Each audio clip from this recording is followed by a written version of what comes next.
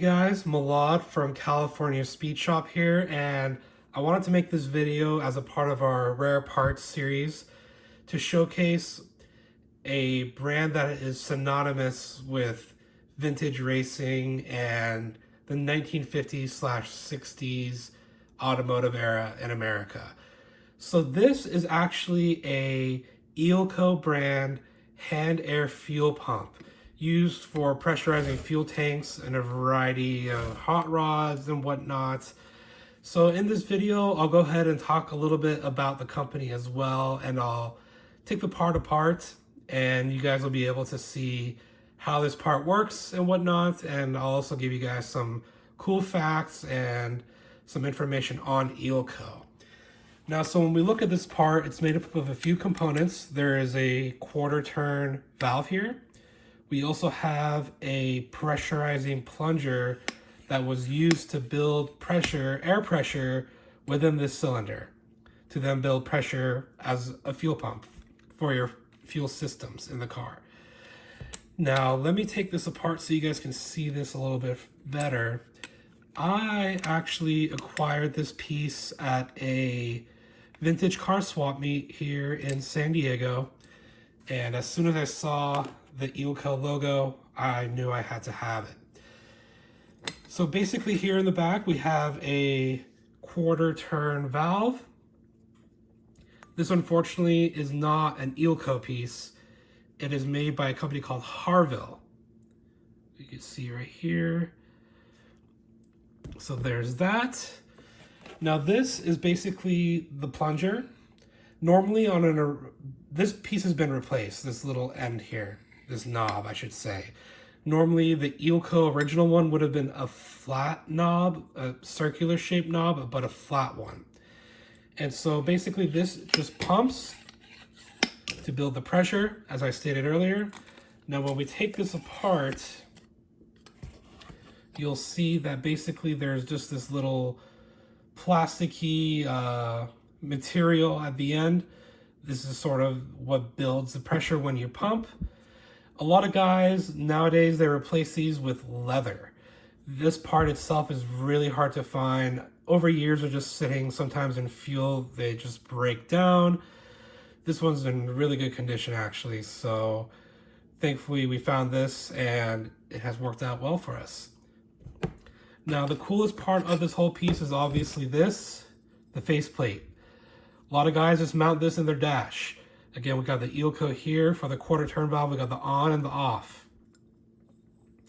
It's a really just an exquisite, beautiful piece of classic car hot rod nostalgia here. And just to give you guys a little bit of background on Eelco, it was founded by a guy named Els Lohn. Not John, but Lohn, L-O-H-N. It was officially founded in 1953, and he started it as E. Lohn Co., which literally abbreviates to Eelco. That's where the name came from. And he's actually, interestingly enough, one of the founders of SEMA.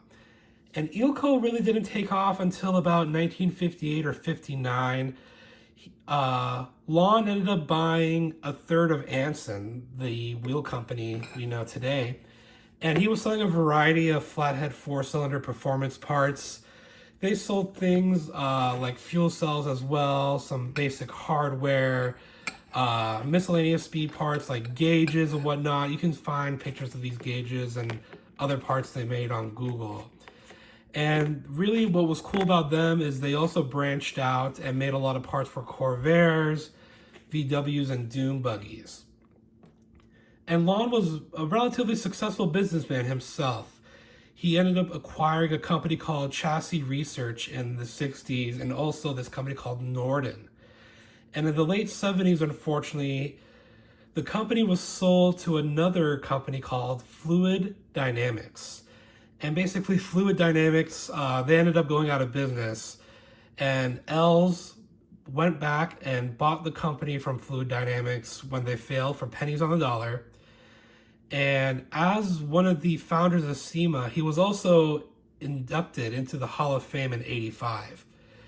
So now the company is owned by another person. A lot of people are saying that this new company owner doesn't have an association at all with the original company personnel.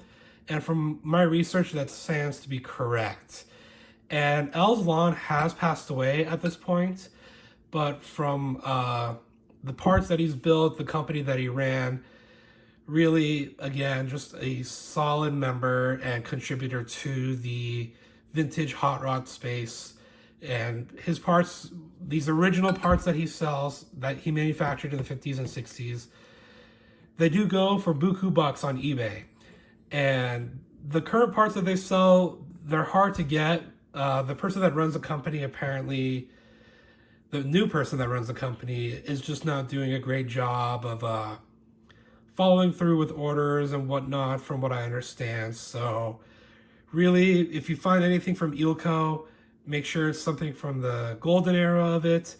And just a quick little fact, we know it's called Eelco and not Eelco, like many people think, because there's a lot of marketing material these guys used to send out. They used to mail catalogs and everything too. But they would sometimes have a picture of an eel wrapped around the logo coming out of the O.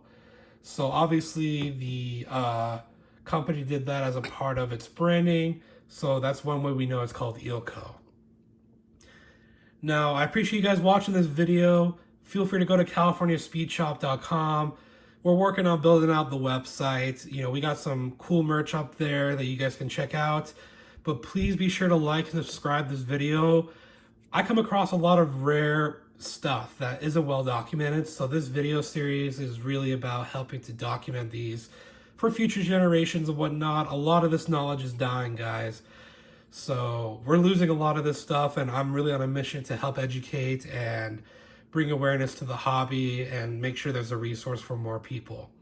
So hopefully I'll see you guys at the next video, and until then, be on the lookout. Take care now. Bye.